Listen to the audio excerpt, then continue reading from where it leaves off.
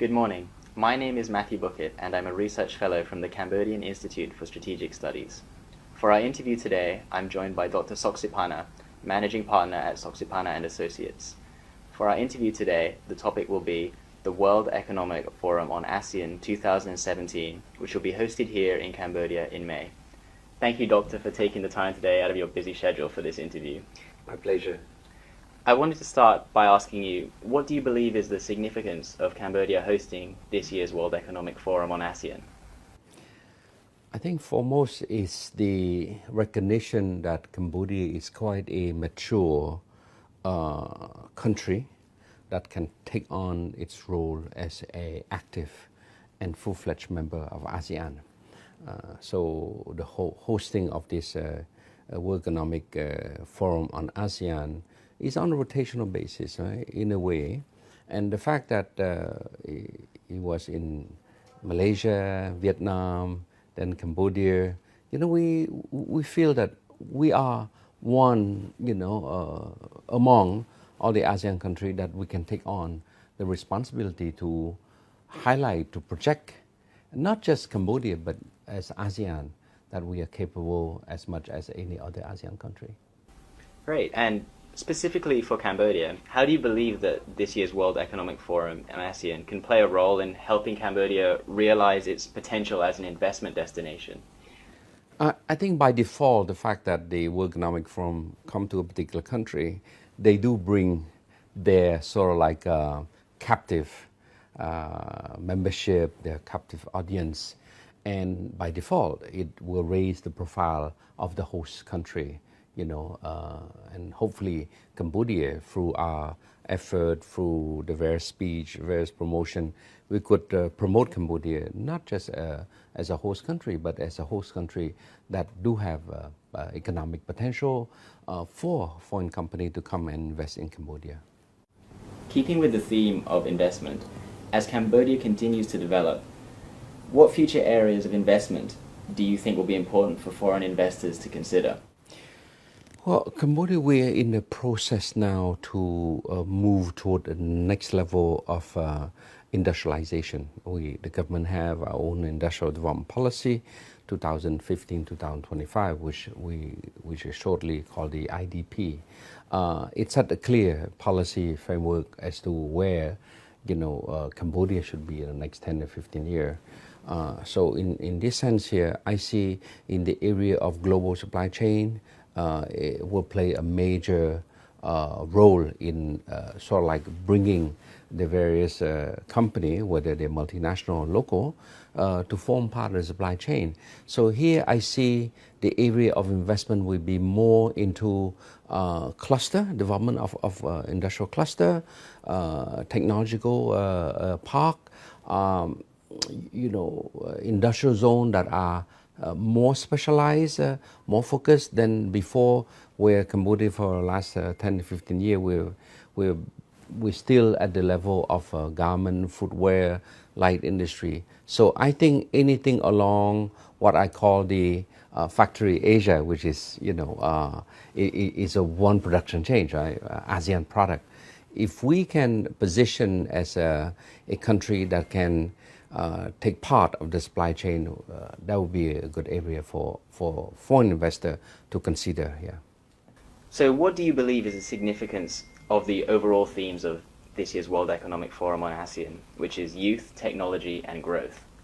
To me, the theme is very relevant because, ASEAN as a whole, Cambodia specifically, we have a very young population. And this is what I call the demographic dividend, that we have people that are young, meaning they are very capable to learn, to adapt, adjust, and catch on the latest, much easier, the latest technological advancement. So I would say technology will be a very good component that will match well with the younger generation. Right? To be fair to the older generation, we grew up in different technological era.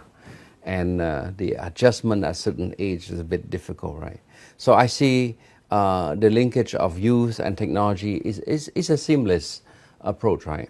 I see the future of Cambodia would be how does Cambodia nurture this young talent, how to motivate, how to inculcate the new love of science, technology, math, engineering. That's the only area that I think will help Cambodia to catapult to the next level of development. So I'm all on board on this theme of youth and technology.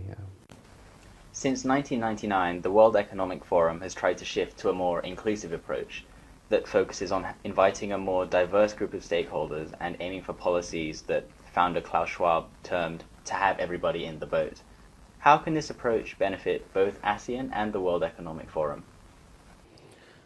I think for the World Economic Forum they have all been presented as more a globalized body that tackle the larger macro issue with all the major leaders, and I think it's a big leap of faith to reach out down to the lower strata of people who don't actually have a voice.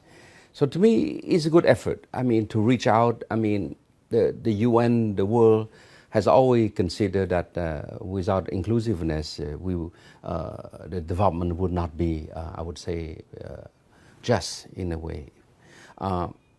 For ASEAN, the same thing, because the bulk of our population, in many different ASEAN member countries, we still have pocket of poverty, even though in a more advanced economy of ASEAN. Cambodia, of course, our poverty rate we're about now 14-15%. Still, there are a good margin of people who are slightly above the poverty line. So in that sense, any development that is inclusive can only but help. And for ASEAN as a whole, it's the same thing. We need to bring this inclusiveness.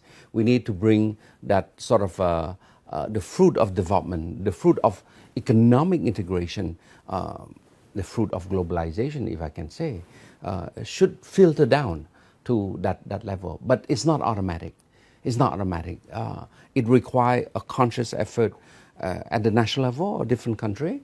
And to me, the effort of the World Economic Forum can only but help to raise the awareness of the issue, to raise the profile of the country so that it can tackle more, allocate more resource, more focus on policy that are pro-poor, whether in trade, pro-poor trade policy, whether pro-poor development. These are the sort of things that I think will benefit. Yeah. And in staying with the idea of addressing challenges, given the context of major global challenges, such as sluggish global demand, climate change, increasing protectionism, how do you foresee the World Economic Forum on ASEAN having in addressing these challenges?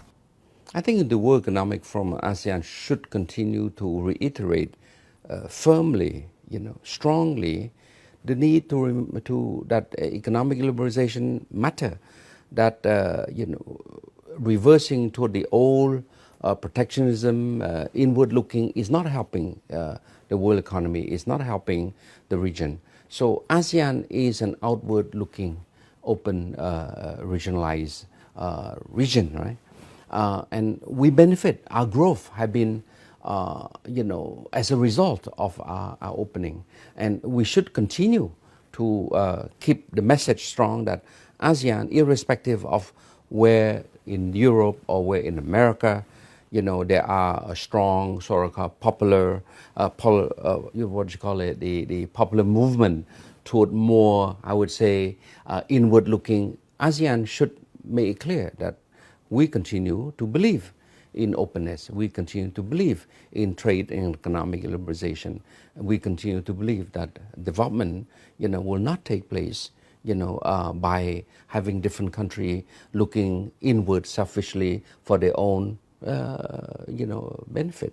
So I think having the World Economic Forum on ASEAN in Cambodia this time, where we have a economy that is thriving for the last 20-some years, more than 7% average 20 year, it's clear testament, it's clear proof that this growth was and is and will continue to be as a result of economic openness and of course the world openness. Based on history and experience, how do you see the role of Cambodia in working with other countries within the framework of the World Economic Forum to address challenges? Cambodia is a country that emerged from conflict, and we grew for the last 20 years mainly again on that spirit of openness, on the spirit of partnership. We work very, very closely with our development partner, whether they are multilateral, whether they are bilateral, whether they are civil society for that matter. And private sector has always been a driving force or a privileged partner of the Royal Government of Cambodia as well. So I would say that, Cambodia as a country that embraced that partnership spirit, we should not see any issue nor difficulty, nor do we need to make extra effort because for the last 20 years, it's been part of our modus operandi already. So partnering with the World Economic Forum is just another partner to reinforce that particular spirit of partnership. Great. Is there anything else you would like to add? No, nothing. Yeah. Well, those are all the questions that I have. Yes, thank you. Thank you for tuning into this interview with CISS. And thank you, Dr. Siphana, for taking the time again today. Thank you. Thank you very much. Thank you. Thank you, sir. Okay, good luck.